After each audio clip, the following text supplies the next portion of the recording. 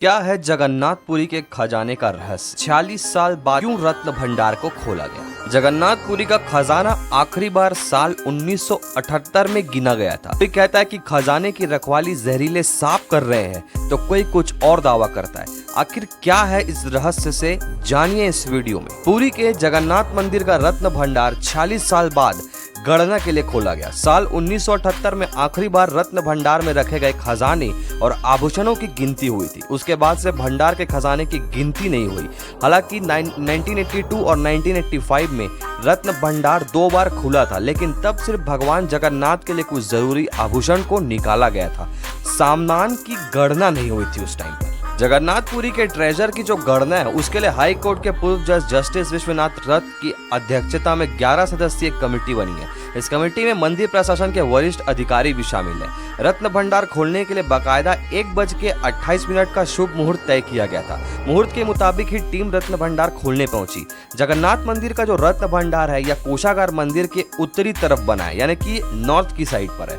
भंडार की लंबाई 8.7 मीटर है और चौड़ाई 6.74 मीटर और इसकी हाइट करीबन 11.78 मीटर है।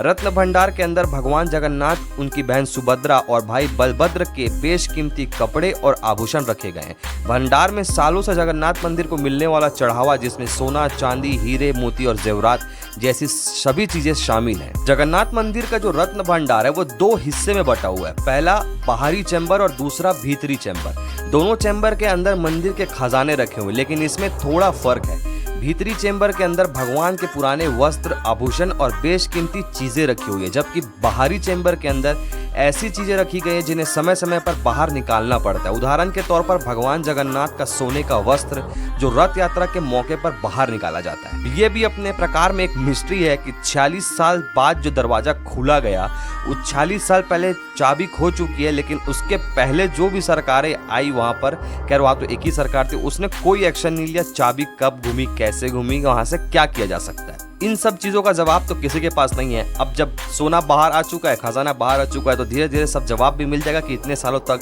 यहाँ पर गणना क्यों नहीं हो सकी और चाबी क्यों नहीं मिल रही थी। जगन्नाथपुरी टेम्पल के संचालन के लिए साल 1960 में श्री मंदिर एक्ट बना था।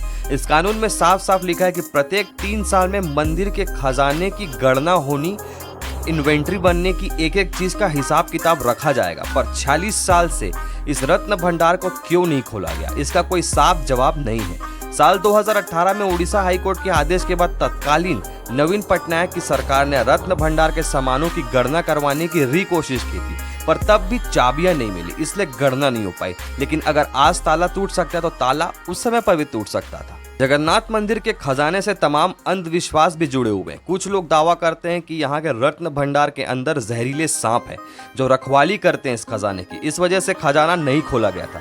तो कुछ लोग कहते हैं कि 1978 में जब आखिरी बार रत्न भंडार को खोला गया था, तब जनता पार्टी की सरकार कुछ दिनों में गिर गई।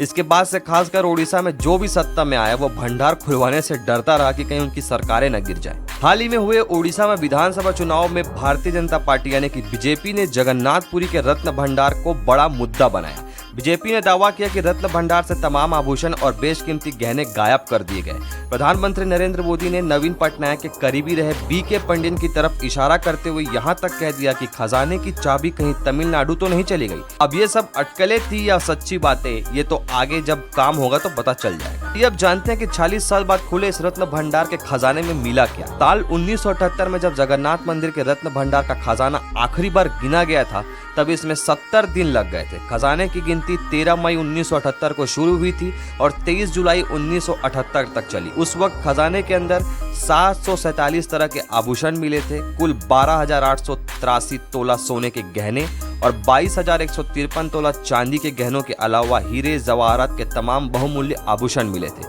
उस वक्त खजाने गिनने के लिए तिरुपति मंदिर समेत और कई मंदिर के विशेषज्ञ भी बुलाए गए थे। हालांकि इसके बावजूद कई आभूषणों की सही कीमत आज तक नहीं लगाया जा सकी। अब ये तो रही 19वीं और 21वीं सदी की बात। आइए जानते हैं कि इस मंदिर में इतने खजाने आए कहां से। जगन्नाथ मंदिर के पास जो खजाना है, उसमें से ज्यादातर ओडिशा के राज परिवारों ने दान दिया है। कुछ खजाना उड़ीसा के राजाओं ने दुश्मन राजाओं को हराने के बाद हासिल किया और फिर मंदिर को सौंप दिया।